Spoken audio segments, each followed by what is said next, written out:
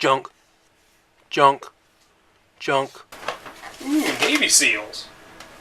Oh, happy holidays, everybody. In keeping with tradition, I think it's time to take a look at one of the many random videos I keep on these shelves. I just need to find one that fits for the season. Ah, here we go. The Glitch That Stole Christmas. Based on the Japanese tokusatsu series Electric Warrior Gridman, this show was localized as Superhuman Samurai Syber-Squad in 1994. And yes, it was done to capitalize on the popularity of Mighty Morphin Power Rangers at the time. This show, Masked Rider, VR Troopers, Big Bad Beetleborgs, Mystic Knights of Tir-na-nog, they all rode the American Super Sentai craze of the mid-90s. And out of all those, this one is probably the least well-known. In fact, the only other person I've ever heard even mention Syber-Squad is Rowdy Reviewer. Speaking of which... Hey Chris, you want to help me review the Superhuman Samurai Syber-Squad Christmas special? Not for all the Whataburger in Texas! Okay then. If you're not familiar with the... Wait, that's it? We haven't spoken since Reviewers Unknown went down, and then you contact me out of the blue just to record 7 words? How do you even have time to do this? Aren't you still working on that Kirby retrospective? Jeez, like every internet critic out there has ADD. See, this is why we can't get more respect as entertainers. If you're not familiar with the show, it's about a teenager named Sam who, unbeknownst to the rest of the world, whenever there's trouble in cyberspace, becomes Servo, superpowered digital agent of justice. Sam is also the front man of his rock band, Team Samurai, and the other members make up the rest of his digital crime-fighting group. There's Tanker, the sports star jock, Sydney, the brainy token girl, and Amp, the weird one. Yeah, I really don't know how else to describe him. You'll see what I mean later. This special is actually a 2-part episode from the series, starting with Do Not Reboot Till Christmas. We see Sam getting into the Christmas spirit, wrapping presents, and decorating for the holiday. Sam is played by then-relative newcomer Matthew Lawrence in his first starring role, and man does it show. Every line out of him sounds like he's trying to keep his voice down so he doesn't wake up his grandma napping in the other room or she's gonna beat him with a broken extension cord. I figured Santa would probably need a landing light if he wanted to make it down the laundry chute this year. What do you mean you're not telling? Just great. I'm sure Mom will love it. Almost forgot my special surprise. Ooh, 20 minutes to school. I gotta make like the wind and blow, Sam. He blows all right. He blows big time.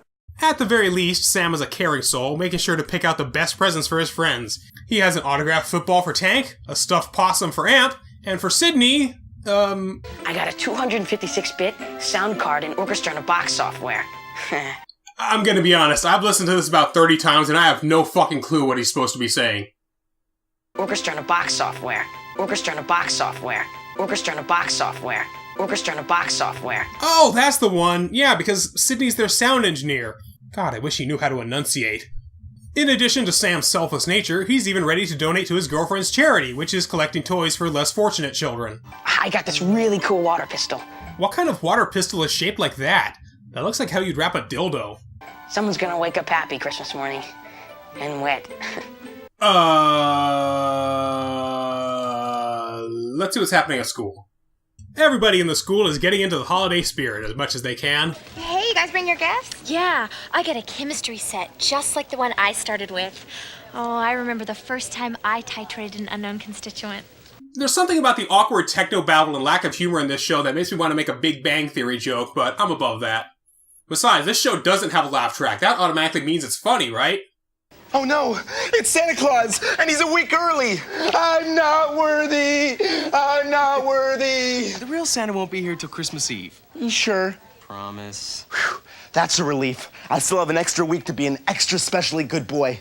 I hope I get that rubber band I asked for. But what good is a group of happy people celebrating the holiday without a cranky curmudgeon to ruin everything? Enter the series antagonist, Malcolm Frink, who, to his credit, is pretty much the only other reason to watch this show. It's the 3 wise men. Larry, Moe, and Sydney. Malcolm hates Christmas because... well, I really don't know. He's just evil, I guess.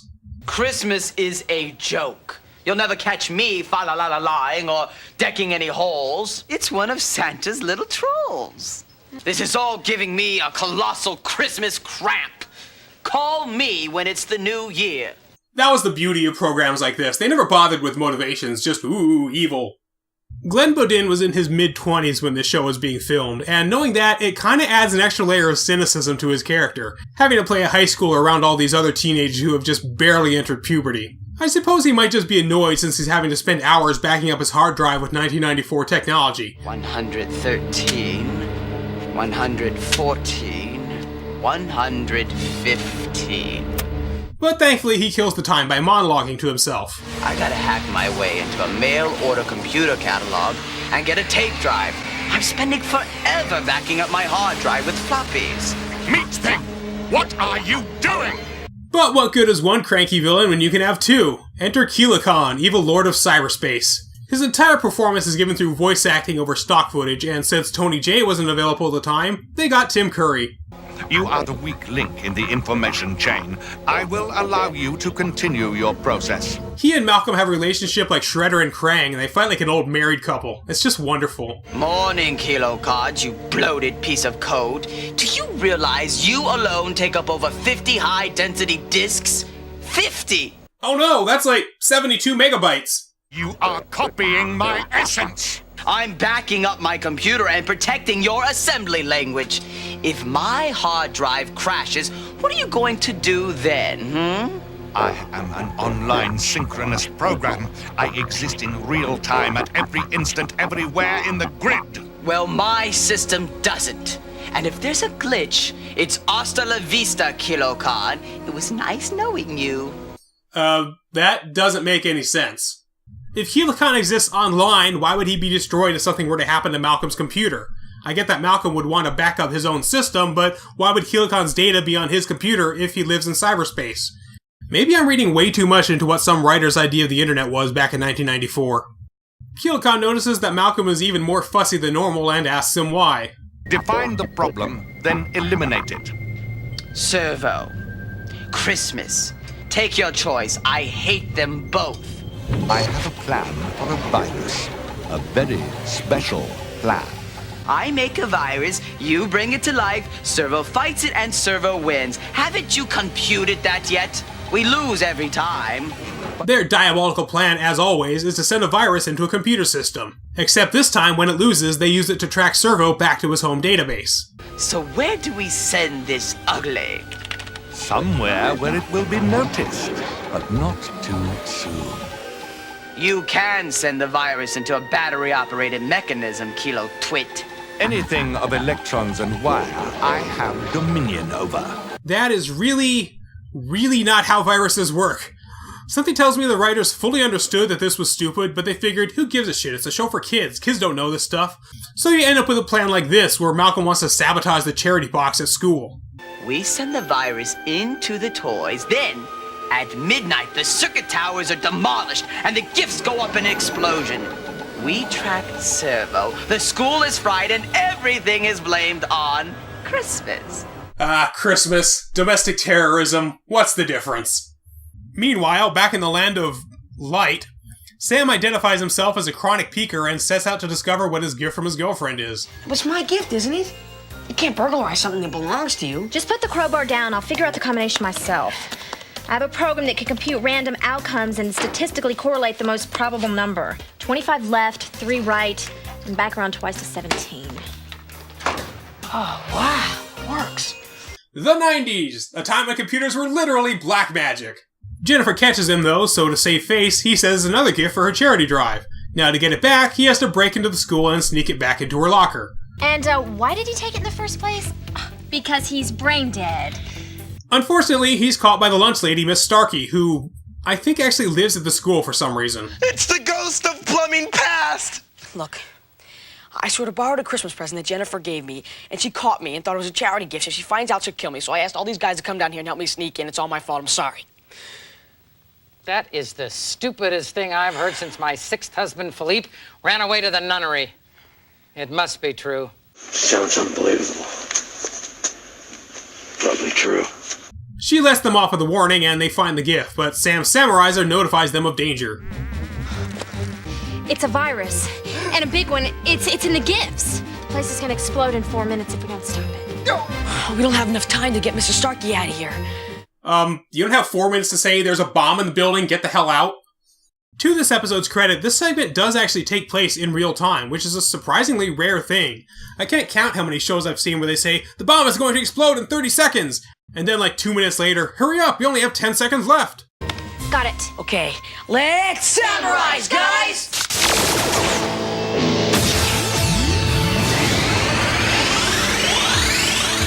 The real strength of this show compared to stuff like Power Rangers is the speed and athleticism in the kaiju combat. The Megazord was always a big, bulky behemoth, more akin to a tank, whereas Servo is fast. He's always doing flips and using his speed and agility as an advantage against the virus monsters. 3 minutes, Sam! The editing is a bit lacking though. These fights don't really have much of a flow to them. You're just seeing two characters exchange punches and throws with no real sense of how well either of them are doing. Is Servo gaining the upper hand or is he losing? He seems to be doing pretty well, but the virus doesn't seem to be struggling at all either. In fact, I did have an idea that would probably do a great job of helping to express the tension in these battles. Health bars. Now, I know how that sounds, but hear me out. In any other show like this, it would look stupid and it wouldn't make any sense. But here, they are literally digital constructs existing in cyberspace.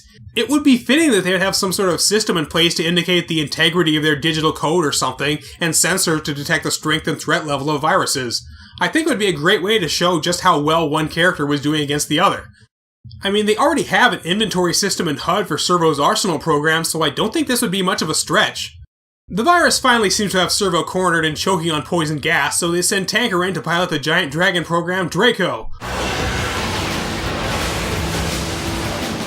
The two of them Samurise into Formo and just straight up wreck his shit.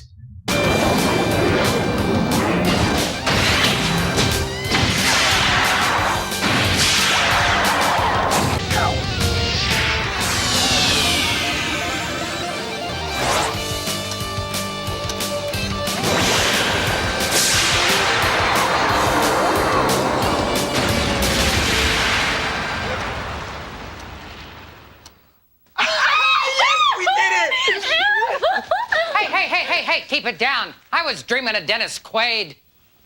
Servo repairs the damage to the grid, then returns home, but with Phase 1 of their plan completed, Keelicon tracks him down. I have pinpointed the servo program's home data stack to within a 6 square mile radius of your terminal, meat thing. What the hell's a square mile radius? A radius is a single dimensional value. Start making sense, Keelicon! The second episode picks up right where the first one left off, so if you saw this on TV without seeing the previous one, you'd be kind of lost. Oh, who am I kidding? Nobody saw this on TV. I barely remember this episode.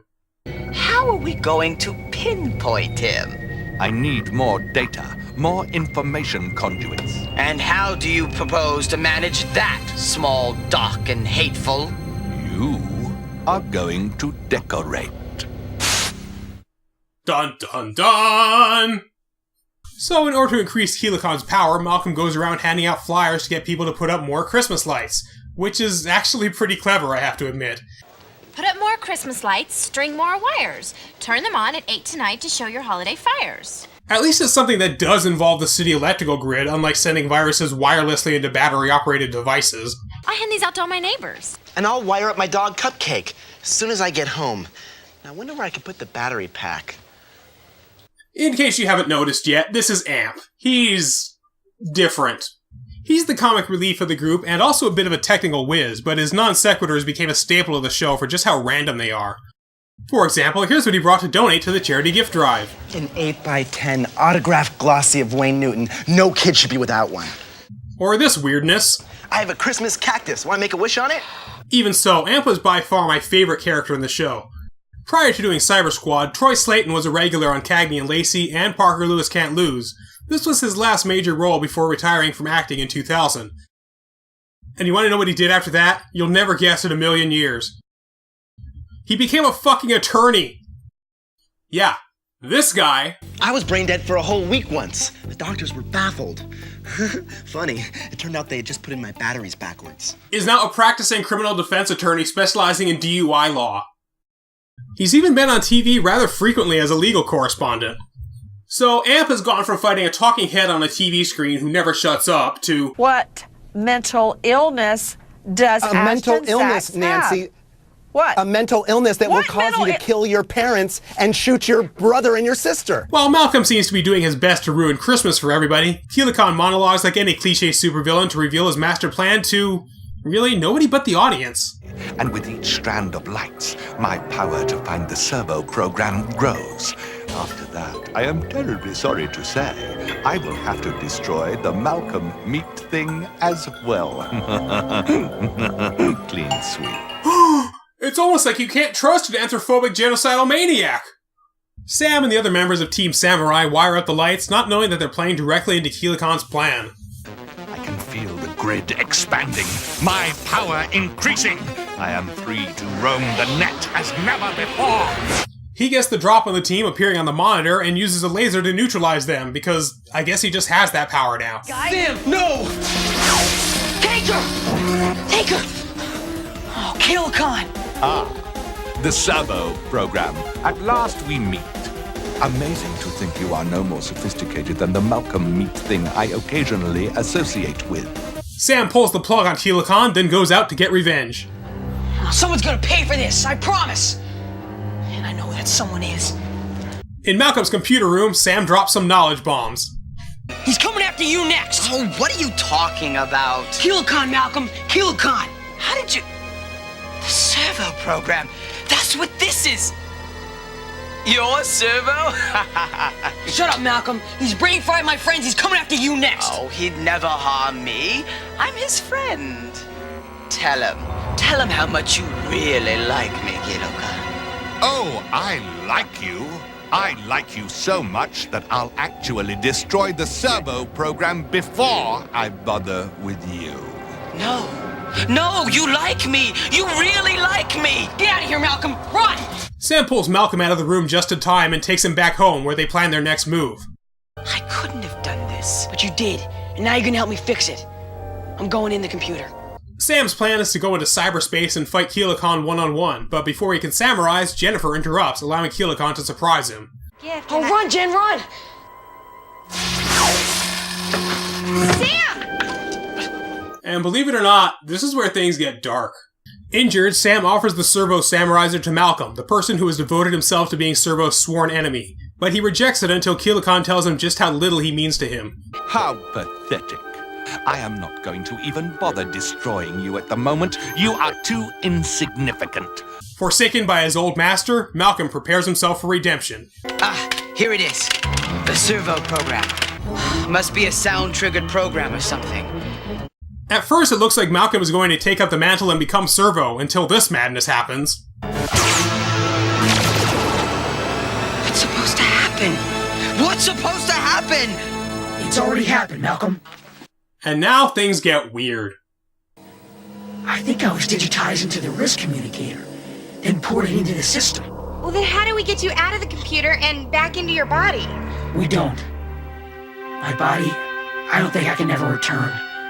So, to recap what we've seen so far, Sam is essentially dead, his friends are comatose, and Keelan is about to enslave the world. La la la la la la la la. Hey, it's my destiny, I guess. I'm a cyberspace superhero, and this is what I was meant to do. Okay, this is some pretty heavy stuff to backload into a Christmas episode. What the hell happened to this show? It's supposed to be just some lighthearted series about teenagers fighting goofy Japanese monsters. What does Christmas have to do with some guy who sacrifices himself in order to become the savior of mankind? Finally, Servo jets off to battle Keelan in their final showdown. Servo program, I am waiting. It's a bit hard to get across if you're not familiar with the show, but seeing these two battle each other face to face was just one of those moments that deserves a lot of build-up. Keelan was a villain that was always behind the scenes, creating minions to try to defeat the hero without getting his hands dirty himself. But when he does step in, he's an absolute nightmare. This is like Spider-Man versus the Kingpin, or Superman versus Lex Luthor. The puppet master that's been pulling the strings for the entire series finally steps in and does things for himself.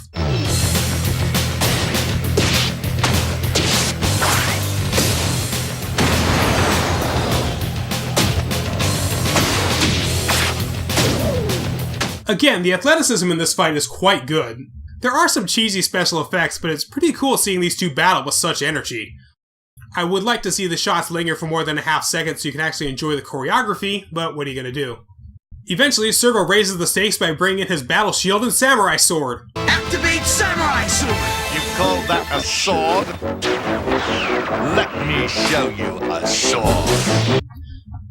Not worth it. Since they're battling in Servo's home system, Keelikon uses it to his advantage by actually destroying the data of the support subroutines, Xenon and Draco, leaving Servo all alone.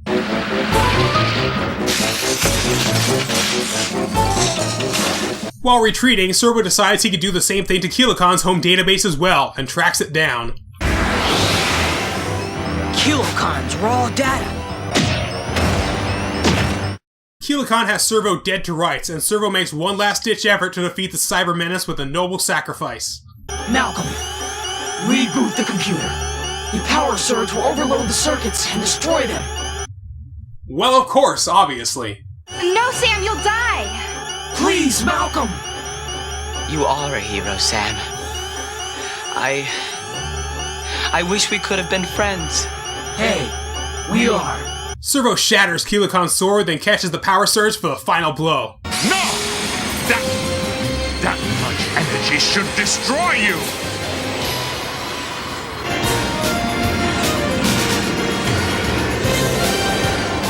Goodbye, Keelikon.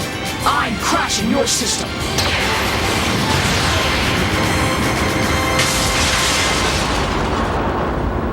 You did it! You destroyed Keelikon! With Keelikon destroyed, Servo disappears into the night, leaving his once sworn enemy, Malcolm Frank, to pick up the pieces and restore order to the world.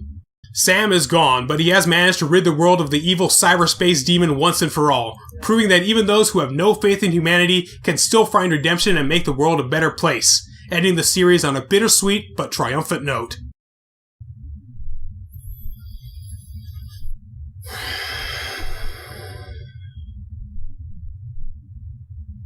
And then...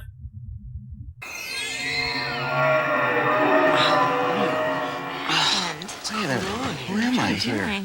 For really no reason that is ever explained, everybody just wakes up and has amnesia of the last few hours, never remembering a single thing that occurred or the fact that Servo has finally defeated Keelikon. What are you doing here? What about me? The last thing I remember, we were decorating. Well, count me out. I don't decorate. Is this some kind of a joke? Sam extends his holiday greetings to Malcolm once more, just genuinely trying to be a nice person, but Malcolm is having none of it. It may be Christmas, but I'm not stupid. The next thing you know, we'll be... friends. Ooh, what a horrible thought. Returning to his cave, Malcolm makes a startling discovery. Oh, my computer! It crashed! Oh. Boy, it's a good thing I backed up everything last week. Greetings, meat thing. Merry Christmas. The end. Gee guys, way to completely shit on the concept of story progression. I have absolutely no justification for this. This is abysmally stupid.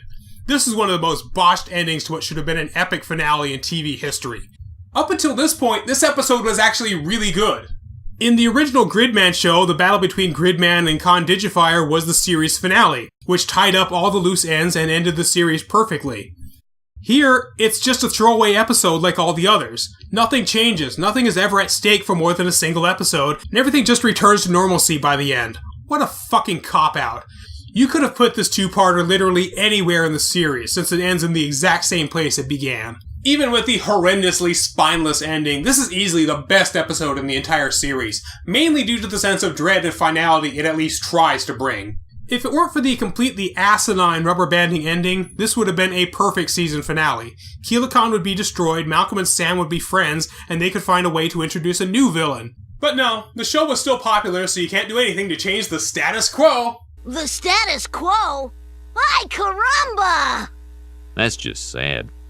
I know why they did it, of course. There wasn't any more of the original show after this point. They couldn't have introduced a new villain or changed anything too drastically. Gridman only lasted 39 episodes, which they managed to bloat into 2 seasons of Syber-Squad, with 53 in total. And man, does it show. Monsters and footage are reused several times, simply recording new American footage and voiceovers with new scenarios and plots. In fact, in addition to being repurposed from the original Japanese series, the fight against the smog virus was previously featured in episode 22, where Malcolm sent a virus to get revenge on the people of, get this, Japan. What's Servo doing at Japan? For all we know, Servo may reside there. I freaking loved this show as a kid, and I still own the toys to this day. But looking back, I do see just how much it stagnated and why. It never had any of the ongoing plots that later Power Rangers seasons had, or even stuff like VR Troopers. And unlike Power Rangers, there wasn't a second series that directly continued from the original Gridman show until 2015. So instead of ending the series on a logical conclusion point, they kept shitting out more episodes until it just sort of stopped in 1995. The athleticism in the combat and the design of the monsters is a lot of fun, but the show starts to drag whenever you're forced to spend time with any of the human characters. Except Amp or Malcolm, of course.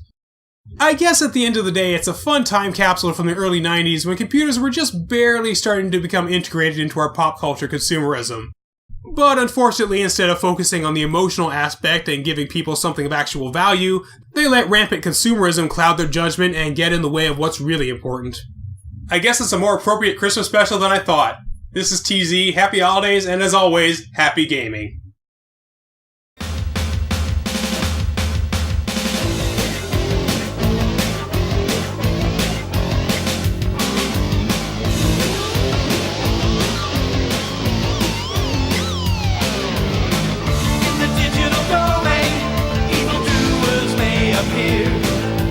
Trouble starts brewing, a superhero will appear. Superhuman samurai. Superhuman samurai. They're gonna amp it up, kick some gigabutt. They're gonna rip it up, a hero.